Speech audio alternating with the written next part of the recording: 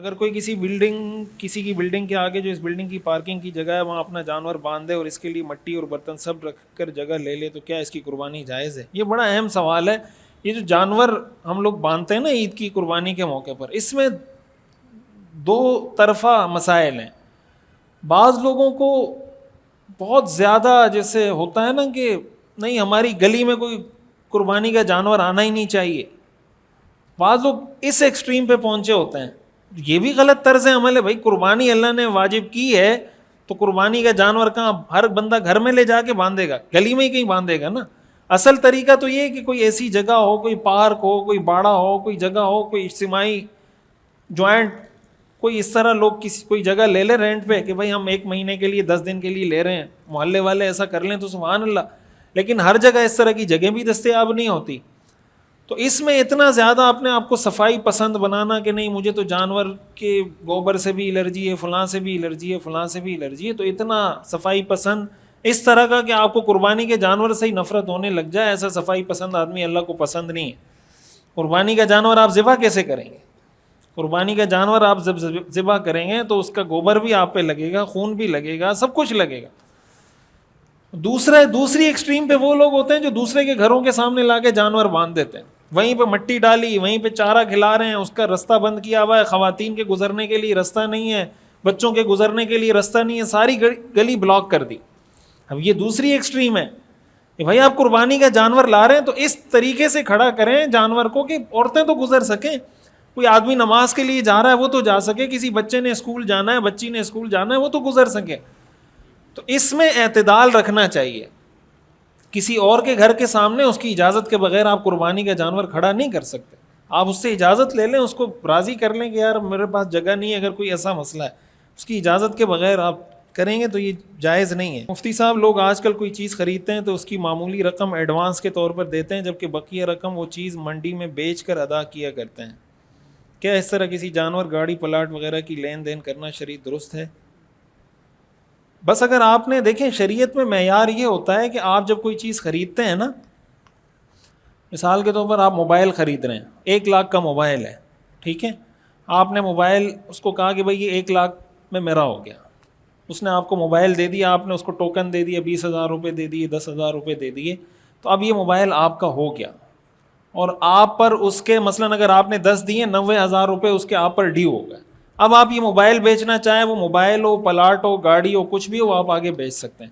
لیکن شرط یہ کہ آپ کا اس کے ساتھ معاملہ فائنل ہو گیا ہو، معاملہ فائنل ہو گیا ہو کہ یہ چیز میری ہو گئی. اب آپ چاہے 1 لاکھ کی بیچیں، 2 لاکھ کی بیچیں، 90,000 کی بیچیں، وہ آپ کا ہیڈک ہے.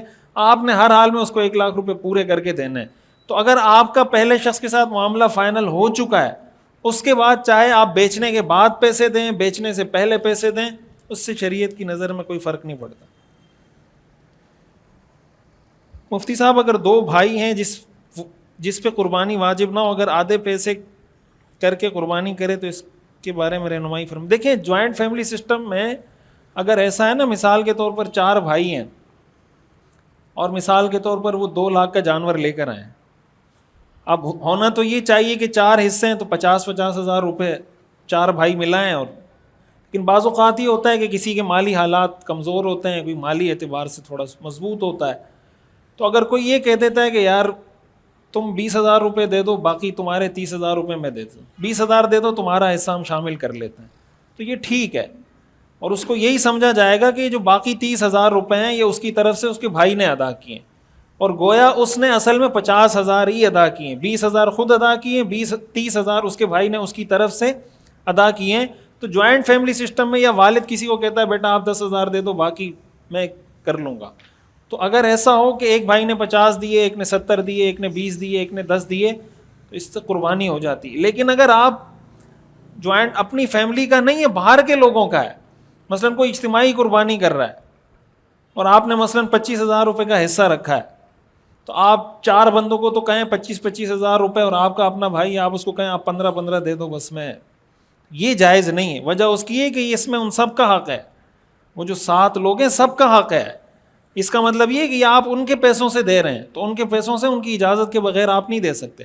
لیکن اپنے گھر میں اگر کر رہے ہیں تو ظاہر اجازت ہوتی ہے سب کی، تو اس میں مسئلہ نہیں ہے.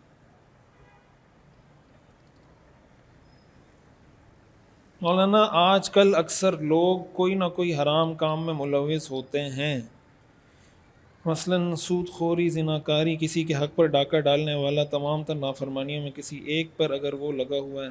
دیکھیں یہ بات ٹھیک نہیں ہے کہ کوئی نہ کوئی حرام کام میں ملوث ہوتا ہے، ضروری تھوڑی کہ ہر آدمی حرام کام میں ملوث ہو۔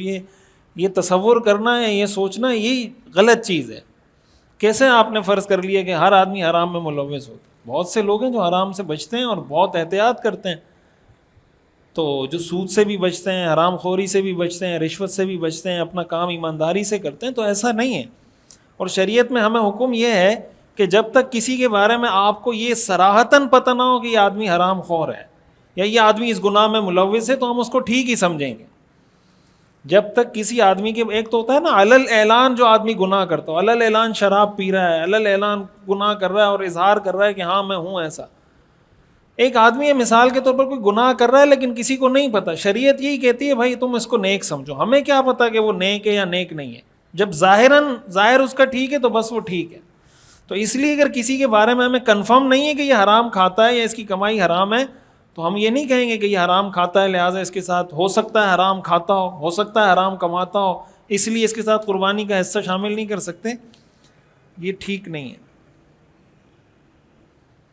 مفتی صاحب میرا سوال یہ کہ میرے پاس ایک عدد دیہات میں پلاٹ ہے جہاں صرف چار دیواری کی ہوئی ہے، کوئی آباد کاری نہیں کی، کبھی ارادہ بن رہا ہے اس پلاٹ کو بیچ کر کسی دوسری اپنی قریب ترین جگہ پہ پلاٹ خرید لوں، کبھی دل کرتا ہے نہیں جو ہے بہترین ہے۔ ایسے میں چونکہ پلاٹ کے بیچنے کی نیت کر کے بعد میں پھر متذبذب ہونے پر قربانی واجب ہوگی یا نہیں ہوگی؟ دیکھیں اس کا تعلق اس سے کہ یہ جو پلاٹ ہے، ایک ہوتا ہے کہ پلاٹ آپ نے خریدا ہے، آپ کے پاس گھر ہی نہیں ہے، کرائے، آپ کرائے کے گھر میں رہ رہے ہیں اور آپ نے پلاٹ خریدا ہے کہ اس پہ میں گھر بناؤں گا، تو یہ مال تجارت تو نہیں ہے جو انہوں نے سوال کی۔ مال تجارت کی ڈیفینیشن شریعت میں یہ ہوتی ہے کہ ایک آدمی کوئی چیز خریدے اور اس نیت سے خریدے کہ میں نے بیچنی ہے، جیسے دکاندار دکان کے لیے سامان خریدتا ہے نا، تو اس نیت سے خریدتا ہے کہ یہ میں نے آگے سیل کرنا ہے۔ ایک شرط اس میں ہی ہے۔ دوسری شرط یہ ہے کہ اس کی یہ شرط، یہ ابھی بھی اس کا یہی ذہن ہو کہ میں نے سیل کرنا ہے۔ مثال کے طور پر کسی نے گاڑی خریدی، اس کی نیت یہ تھی کہ گاڑی میں نے آگے سیل کرنی ہے، اچھا ریٹ لگے گا تو میں بیچ دوں گا، بعد میں اس نے کہا نہیں یار یہ میں گھر کے لیے رکھ لیتا ہوں، اب یہ گاڑی مال تجارت نہیں ہے، اس لیے کہ اس وقت تو نیت تھی بیچنے کی، اب نہیں ہے تو یہ مال تجارت نہیں ہے۔ لیکن اگر کسی کے پاس ایسی گاڑی ہے، ایسا پلاٹ ہے جو اس کی ضرورت نہیں ہے، مثال کے طور پر کرائے کے گھر میں رہ رہا ہے اور اس نے ایک پلاٹ خریدا ہے اس لیے کہ یار میں بچوں کے لیے گھر بناؤں گا، تو یہ پلاٹ ضرورت سے زائد نہیں ہے۔ لیکن اگر ایک گھر میں رہ رہا ہے، اپنا اس کا گھر موجود ہے، ایک پلاٹ اضافی ہے جو نہ اس نے کرائے پہ دیا ہوا ہے نہ اس سے اس کی کوئی انکم آ رہی ہے، بس ویسے ہی ایک پلاٹ رکھا ہوا ہے، یہ پلاٹ ضرورت سے زائد ہے۔ اس پلاٹ کی قیمت، ظاہر ہے جب پلاٹ کی قیمت لگائیں گے تو قربانی اس پہ واجب ہو جائے گی۔ تو اس کا تعلق اس چیز سے ہے کہ وہ چیز ضرورت سے زائد ہے یا نہیں۔ اگر ضرورت سے زائد ہے تو اس کو قربانی کے نصاب میں کاؤنٹ کیا جائے گا، لیکن اگر وہ ضرورت ہے تو پھر قربانی کے نصاب میں کاؤنٹ نہیں ہوگا۔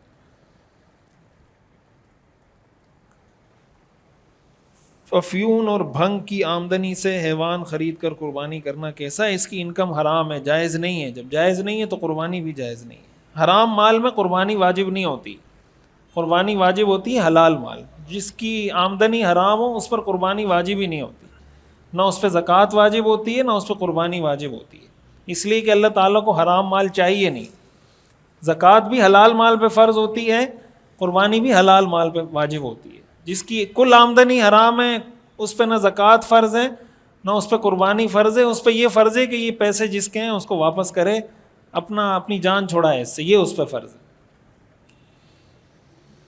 بے نمازی کے ساتھ قربانی کرنا کیسا ہے؟ ٹھیک ہے بھائی، اصل تعلق اس چیز سے اس کی انکم حلال ہے یا حرام ہے۔ باقی اس چیز کی تحقیق میں آپ پڑھیں گے کہ بے نمازی ہے نہیں ہے، تو 100% نمازی تو آپ کو 5-6% ہی ملیں گے بڑی مشکل سے، تو پھر تو قربانی ہو ہی نہیں سکتی کسی کے ساتھ۔ یہ بعض لوگوں کو کچھ زیادہ ہی جو ہے نا وہ ہو جاتا ہے، مسالہ زیادہ لگ جاتا ہے نیکی۔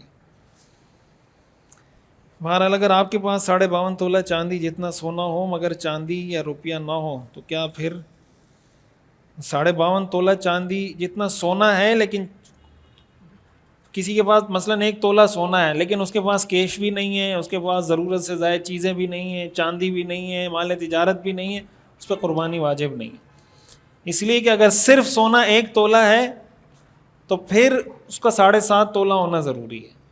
لیکن اگر سونا پلس کچھ اور بھی ہے، مثلا پلس چاندی یا پلس کیش یا پلس ضرورت سے زائد سامان، پھر اس کی قیمت لگائی جاتی ہے 52.5 تولہ چاندی، پھر نصاب ہوتا ہے. تو وہ 1 تولہ سونا ظاہر ہے مہنگا ہوتا ہے 52.5 تولہ چاندی سے. ایک شخص کا اپنا گھر ہے اور مزید 2 گھر یا فلیٹ کرائے پر ہوں، لیکن قربانی کے دنوں کے وقت اتنے پیسے نہیں ہوتے.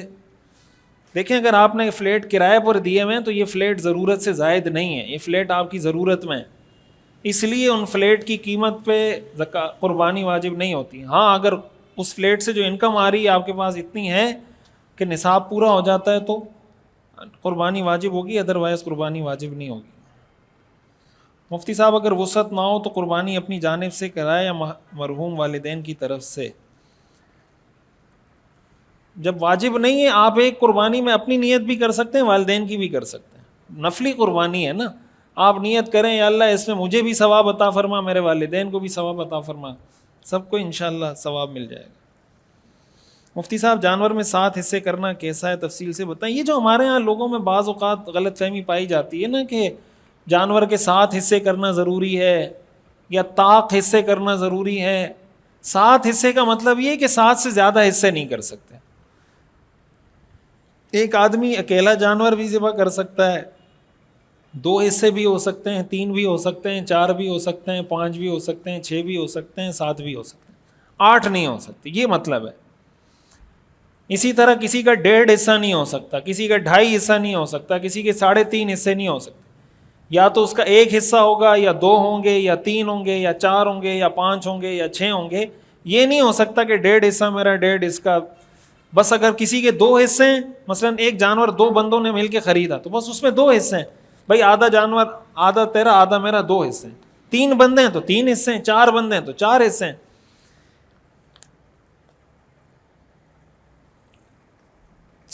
جی مفتی صاحب اگر کسی کی کوئی خالی دکان ہو جو اسے وراثت میں ملی ہو، اسے کرائے پر دینے کا ارادہ اور کوشش ہو لیکن ابھی تک کرائے پر نہ چڑھی ہو، تو بس اگر آپ کرائے پر دینا چاہتے ہیں اس کا مطلب وہ ضرورت سے زائد نہیں ہے، وہ آپ کی ضرورت میں شامل ہے، تو اس کی قیمت پہ زکوٰۃ قربانی نہیں ہوگی. میں ایک پرائیویٹ ورکر ہوں اور ہمیں عید کے بعد ایک اچھی رقم ملتی ہے جو کنفرم ہے، تو اس صورت میں کیا ہم پہ قربانی واجب ہوگی؟ دیکھیں اگر یہ کوئی عیدی ویدی مل رہی ہے تو ظاہر ہے جب تک ملی نہیں ہے تو آپ کی نہیں ہے، جب تک آپ کی نہیں ہے اور عید کے دنوں میں آپ صاحب نصاب نہ ہو تو اس وجہ سے آپ پہ قربانی واجب نہیں ہوگی. لیکن اگر ان پیسوں سے ہٹ کے آپ صاحب نصاب ہیں تو پھر قربانی آپ پہ واجب ہوگی. اوجڑی کھانا کیسا ہے؟ اوجڑی حلال ہے، جائز ہے، ناجائز نہیں ہے. کسی کو اچھی نہ لگے تو کھانا کوئی فرض واجب نہیں ہے لیکن حرام نہیں ہے.